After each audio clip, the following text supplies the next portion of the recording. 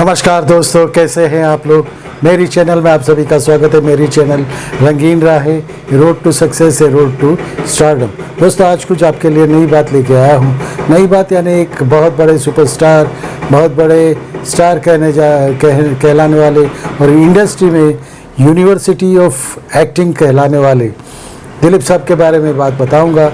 और एक दूसरे बहुत बड़े कलाकार, वो दोनों की टक्कर कैसे हुई थी, वो दोनों की बात कहूँगा। उन दोनों की बात ऐसे कहूँगा कि स्टार यानी घमंड तो होता ही है।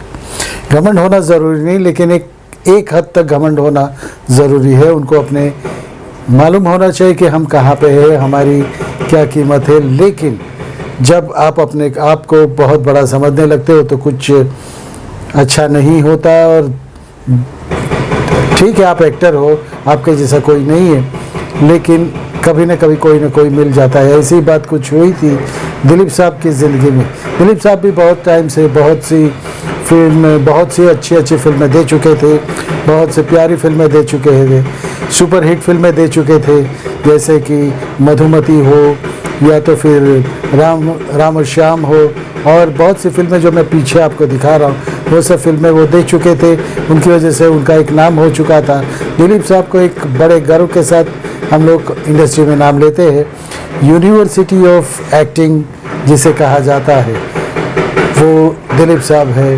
दिलीप साहब की बात करें तो एक बार की बात है, कुछ 68 साल पहले की ये बात है, लेकिन ये बात समझने लायक है। और जो भी मेरे प्यारे दोस्त हैं जो कि एक्टिंग फील्ड में आगे आना चाहते हैं, बड़ा बनना चाहते हैं, उनके लिए एक बात है और एक सबक भी है और एक ध्यान रखने लायक भी है। और एक आदमी बनना बहुत ज़रूरी है। सबसे पहले झुकना सीखिए, सबको अपना बराबर का समझिए। अपनी घमंड आ गई तो समझ लीजिए वो घमंड से आप नीचे चले जाओगे, क्योंकि इनकी वजह से तो आप हो। देखने वाले हैं, दर्शक है, इनकी वजह से तो आप हो, नहीं तो आपको कोई पूछेगा कौन। अगर दर्शक ही नहीं रहोगे तो आप स्टार बनाओगे किससे, स्टार बनोगे कैसे, और आपको देखेगा कौन। जब तक देखने वाले नहीं होगे तब तक आपकी कोई कीमत नहीं है। दोस्तों, ये एक मैं जनरल बात कह रहा हूँ, तो दोस्तों ये बात ज़रा ध्यान से सुनिएगा। और अगर ये वीडियो आपको बहुत अच्छा लगे तो दूसरों को भी भेजिएगा, अपने दोस्तों को भी दीजिएगा।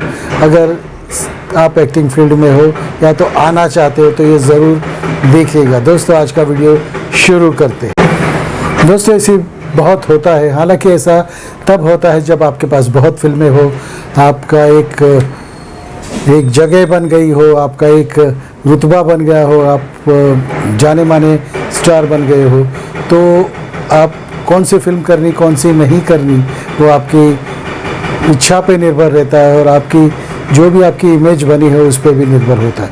तो दोस्तों, ऐसा ही हुआ था दिलीप कुमार के साथ में भी। ट्रेजेडी किंग कहलाने वाले दिलीप कुमार साहब हमारे इंडस्ट्री के बहुत बड़े स्टार तो थे ही, साथ में उन्होंने कुछ ऐसी फिल्में भी की जिनकी वजह से वो बहुत बड़ा नाम हो गया, और कुछ ऐसी फिल्में ठुकरा दी जिसकी वजह से उनको बाद में पछतावा भी हुआ होगा। और लोगों को हम लोगों को यानी दर्शक लोगों को उनको उस रोल में देखना नहीं मिला। दोस्तों, बाद में उनको भी शायद पछतावा हुआ ही होगा, क्योंकि वो फिल्में जब दूसरे लोगों ने की और वो सुपरहिट हो गई, तब बाद में आप सोचते हो कि जब चिड़िया चुग गई खेत फिर पछतावे से क्या होता है। ऐसा होता है, क्योंकि ठीक है आपके पास टाइम नहीं है तो आपने फिल्म ठुकरा दी, वो बात अलग है। लेकिन कुछ घमंड की वजह से आपने अगर वो फिल्म नहीं की और बाद में ये फिल्म किसी और ने की और वो सुपरहिट हो गई, तो आपको बहुत दुख होता है, पछतावा भी होता है। ऐसा ही हुआ था दिलीप कुमार साहब के बारे में भी। गुरुदत्त साहब एक फिल्म बना रहे थे, प्यासा फिल्म की कहानी, क्योंकि उस वक्त ट्रेजेडी किंग कहलाने वाले दिलीप साहब ही थे और वो बहुत बखूबी ये रोल निभा सकते थे, ऐसा गुरुदत्त जी को लग रहा था, क्योंकि गुरुदत्त जी चाहते थे कि उसमें दिलीप कुमार साहब ही काम करें। तो उसके लिए उन्होंने साथ में माला सिन्हा जी भी थी, उनके पास वहीदा रहमान जी भी थी, बहुत से आर्टिस्ट थी जो कि इस फिल्म में लेना चाहते थे। तो उन्होंने जाके अप्रोच किया दिलीप कुमार साहब के पास। दिलीप कुमार साहब के पास पहुँचे, उन्होंने उनको कहानी सुनाई, और जब दिलीप कुमार साहब ने कहा कि ये कहानी तो बहुत अच्छी है, लेकिन मैंने इस टाइप की जो फिल्में जो बहुत की है तो अब मैं थोड़ा ऊब चुका हूँ, लेकिन आपकी फिल्म मैं ज़रूर करूँगा। ये प्यासा फिल्म जो है मैं ज़रूर करूँगा। उसमें जो शराबी का जो भी कैरेक्टर है मैंने बहुत कर लिया है और उसमें मैं माहिर भी हो चुका हूँ, तो मैं ये ज़रूर करूँगा। तो ये स्क्रिप्ट आप मेरे पास रख के जाइए, ऐसा दिलीप साहब ने कहा और गुरुदत्त जी उनके वहाँ वो स्क्रिप्ट रख के चले गए। स्क्रिप्ट हो गई 1 महीने 2 महीने पुरानी हो गई उनके पास, उन्होंने पढ़ ली। जब गुरुदत्त जी ने कहा कि मैं नेक्स्ट मंथ इतने बजे ये इसका मुहूर्त करूँगा, ये फिल्म का मुहूर्त करूँगा और मुहूर्त होगा तो आप आइएगा ज़रूर, यानी आपको तो आना ही है क्योंकि आपकी फिल्म है, आप हीरो हो। तो दिलीप साहब ने कहा कि ठीक है, मुझे बाद में बात कीजिए। ऐसा करके वो उन्होंने बात टाल दी। दोस्तों 1957 में जब ये फिल्म के लिए बात हो रही थी तो उन्होंने अपनी फ़ीस कही थी, तो लोगों का कहना है कि उनकी फ़ीस ज़्यादा लगने से गुरुदत्त जी ने उस फिल्म में दिलीप साहब को नहीं लिया था, ऐसा लोगों का कहना है। दोस्तों प्यासा में वहीदा रहमान, माला सिन्हा, जॉनी वॉकर और बहुत से कलाकार थे। वहीं फिल्म का लीड रोल था कवि विजय का, जो कि डायरेक्टर गुरुदत्त साहब ने सोचा था कि मैं इसमें दिलीप साहब को लूँगा क्योंकि इसमें ट्रेजेडी भी है। दिलीप साहब उस रोल के लिए बराबर फिट थे, ट्रेजेडी किंग थे, तो उन्होंने सोचा कि ये मैं दिलीप साहब को ही इस रोल में लूँगा। तो जब दिलीप साहब ने ये कहानी सुनी प्यासा की, तब उन्हें बहुत पसंद आई और उन्होंने तुरंत हामी भर दी, वो फिल्म करने के लिए तैयार हो गए। कुमार ने प्यासा फिल्म के लिए उनके पास गुरुदत्त जी के पास 1.5 लाख रुपए की फ़ीस मांगी। वो फिल्म में 1.5 लाख रुपए में करूँगा ऐसी फ़ीस मांगी, लेकिन गुरुदत्त जी को ये फ़ीस ज़्यादा लगी। उन्होंने कहा कि थोड़ी ये फ़ीस आपकी कुछ कम कर दीजिए, कहानी बहुत अच्छी है, उसमें आपके सिवा और कोई काम कर नहीं सकता, तो आप कुछ कम कर दीजिए। तब दिलीप साहब ने कहा कि ये आप एक काम कर सकते हो, ये फिल्म बना लीजिए और मुझे दे दीजिए उसके राइट्स, और वो जो हम लोग बेचेंगे इसके लिए हम ही डिस्ट्रीब्यूट करेंगे, इसकी वजह से आपको भी कम भाव हो जाएगा, आपको भी ज़्यादा फीस लगेगी नहीं। लेकिन गुरुदत्त साहब नहीं चाहते थे कि ये फिल्म और किसी वजह से डिस्ट्रीब्यूशन हो और दूसरे कोई ले जाए और वो खुद फिल्म रिलीज़ करे। उस वक्त गुरुदत्त साहब ने दिलीप कुमार साहब से कहा कि मैं आपके पास फिल्म में काम करवाने के लिए आया हूँ, मैं फिल्म बेचने नहीं आया हूँ, मैं ये फिल्म आपको नहीं बेचूंगा। और 1.5 लाख में मैं तो कम करने के लिए कह रहा था, लेकिन ये जो बात आपने कही है मुझे गवारा नहीं। दिलीप साहब को उस वक्त का ये अंदाज़ उनका पसंद नहीं आया, गुरुदत्त जी का अंदाज़ पसंद नहीं आया। उन्होंने सोचा कि मैं ज़्यादा फ़ीस कहूँगा तो ये शायद मान जाएंगे, ये मुझे डिस्ट्रीब्यूट करने के लिए ये फिल्म दे देंगे।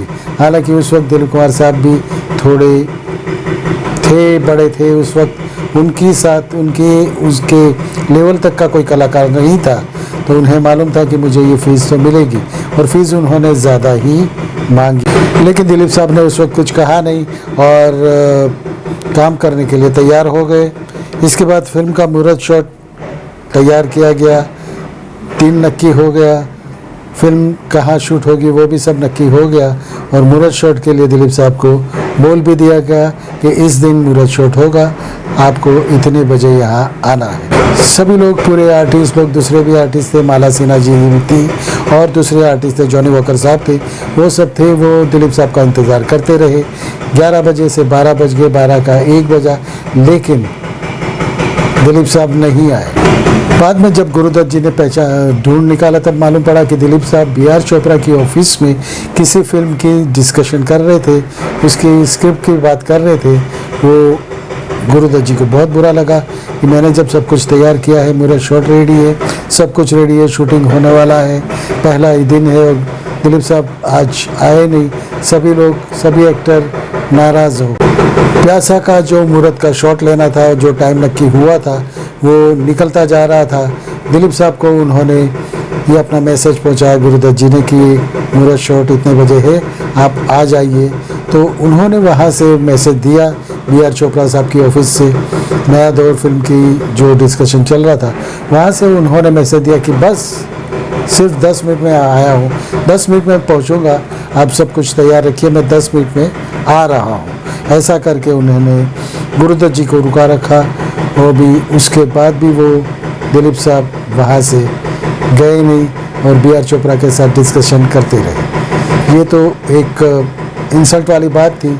गुरुदत्त जी भी समझ रहे थे, वो डायरेक्टर थे, हर बात समझ जाते हैं, लेकिन उन्होंने कुछ कहा नहीं। उन्हें बहुत गुस्सा भी आ गया। दिलीप साहब ने ऐसा नहीं करना चाहिए था। अगर उनको फिल्म नहीं करनी थी, ठीक है, उन्होंने प्राइस ज़्यादा बता दी कि उनको लगा होगा कि मैं ज़्यादा प्राइस बताऊंगा तो ये मुझे ना बोल देंगे, मैं इतनी प्राइस दे नहीं पाऊंगा और वो ना कर देंगे। लेकिन कहानी बहुत अच्छी थी, तो इन्होंने ना भी नहीं कहा कि मैं आपकी फिल्म नहीं करूंगा, और लास्ट में ये कह दिया, बस 10 मिनट रुकिए, मैं पहुंच रहा हूं। जब ऐसा हुआ तो गुरुदत्त साहब को बहुत बुरा लगा। मुहूर्त का टाइम निकला जा रहा था, दिलीप साहब से कोई मैसेज नहीं आ रहा था। ये बेरुखी उनको पसंद नहीं आई। उन्होंने एक डिसीज़न ले लिया कि मैं जब डायरेक्शन कर सकता हूँ, डायरेक्शन दे रहा हूँ, और कलाकार कोई ना करे या नहीं आए तो मैं ही ये रोल करूँगा।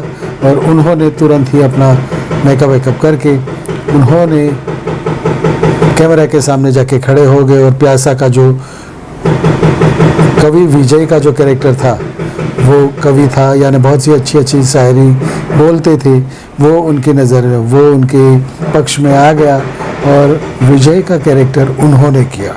गुरुदत्त जी साहब ने इतने अच्छे तरीके से वो कैरेक्टर निभाया। अच्छे तरीके से तो निभाना ही था, क्योंकि वो डायरेक्टर था, उनके जहन में पूरी कहानी थी, वो कैरेक्टर की कहानी थी, वो पूरी कहानी थी। विजय का कैरेक्टर उनको पूरा याद था, तो दोस्तों कैरेक्टर को तो न्याय मिलना ही था। और उन्होंने इतना अच्छा काम किया कि लोग भी दांतों तले उंगली दबा दिया कि इतना अच्छा आपने शॉट दिया है। वहीदा जी ने भी बहुत खूबसूरती से अपना काम किया था, और दूसरे कलाकारों ने भी बहुत अच्छा काम किया था। जॉनी वॉकर साहब ने भी बहुत अच्छा काम किया था। बाद में इस फिल्म रिलीज़ हुई, उन्होंने खुद रिलीज़ करी थी ये फिल्म। वो फिल्म रिलीज़ हुई, और उन्होंने जो उस फिल्म में जो कमाई की थी, दिलीप साहब को मालूम पड़ा कि ये फिल्म तो बहुत सुपरहिट जा रही है। लोगों के मुंह पे प्यासा फिल्म का ही नाम था, प्यासा प्यासा, और उसके जो गाने थे बहुत अच्छे गाने थे, लोगों के जुबान पे वही गाने चढ़ गए थे। तो दिलीप साहब को बहुत अफसोस हुआ कि मैंने ये फिल्म क्यों नहीं की। मैं कुछ पैसे कम करके भी अगर फिल्म कर लेता तो मेरे जो भी फिल्मोग्राफी है उसमें एक अच्छा नाम आ जाता। लेकिन बाद में क्या हो सकता है, कुछ नहीं हो सकता है। और एक हमें नया कैरेक्टर, एक नया कलाकार हमें मिला इस फिल्मी दुनिया को, इस बॉलीवुड को बहुत प्यारा सा कलाकार मिला गुरुदत्त जी के नाम से। गुरुदत्त जी का ये जो कैरेक्टर उन्होंने किया था, फिल्म भी अमर हो गई, कैरेक्टर भी अमर हो गया, गुरुदत्त जी भी अमर हो गए। बाद में तो कुछ ऐसा हुआ कि बात की कहानी तो बात की है, गुरुदत्त जी की मौत भी हो गई थी। वो कभी बाद में बताऊंगा क्या हुआ था और क्यों गुरुदत्त जी इतनी जल्दी 53 या 54 साल की उम्र में गुजर गए थे। दोस्तों ये कहानी है, फिल्मी कहानी है, फिल्मों की कहानी है, दिल के करीब की कहानी है। फिल्म में भी जो काम करते हैं वो कलाकारों के भी दिल होते हैं, उनका भी दिल किसी पे आता है। ये बीच बाद में कभी कहूँगा, गुरुदत्त जी की आगे की कहानी मैं आपको बाद में कहूँगा। दोस्तों यही कुछ बातें थी जो आपको अच्छी लगी हो तो दोस्तों को भी शेयर कीजिए, वीडियो शेयर कीजिए, और मिलते रहिए। ऐसे ही मिलूँगा नई कहानी लेके, गुरुदत्त जी की कहानी लेके, उनकी लाइफ के बारे में बताऊंगा, उनकी मौत के बारे में भी बताऊंगा। दोस्तों मिलते हैं नए वीडियो में। आपका दोस्त, आपका होस्ट विपिन कुमार। भारत माता की जय, वंदे मातरम, नमस्कार। दोस्तों नीचे जो लोगो आता है उसे सब्सक्राइब कीजिए और बाजू का लाल बटन दबा दीजिए। उससे क्या होगा कि मेरे हर वीडियो की इंटीमेशन आपको सबसे पहले मिलेगी। अगर आप नए हो, मेरे चैनल पर पहली बार आए हो तो चैनल सब्सक्राइब कर दीजिए। दोस्तों good night, I love you friends.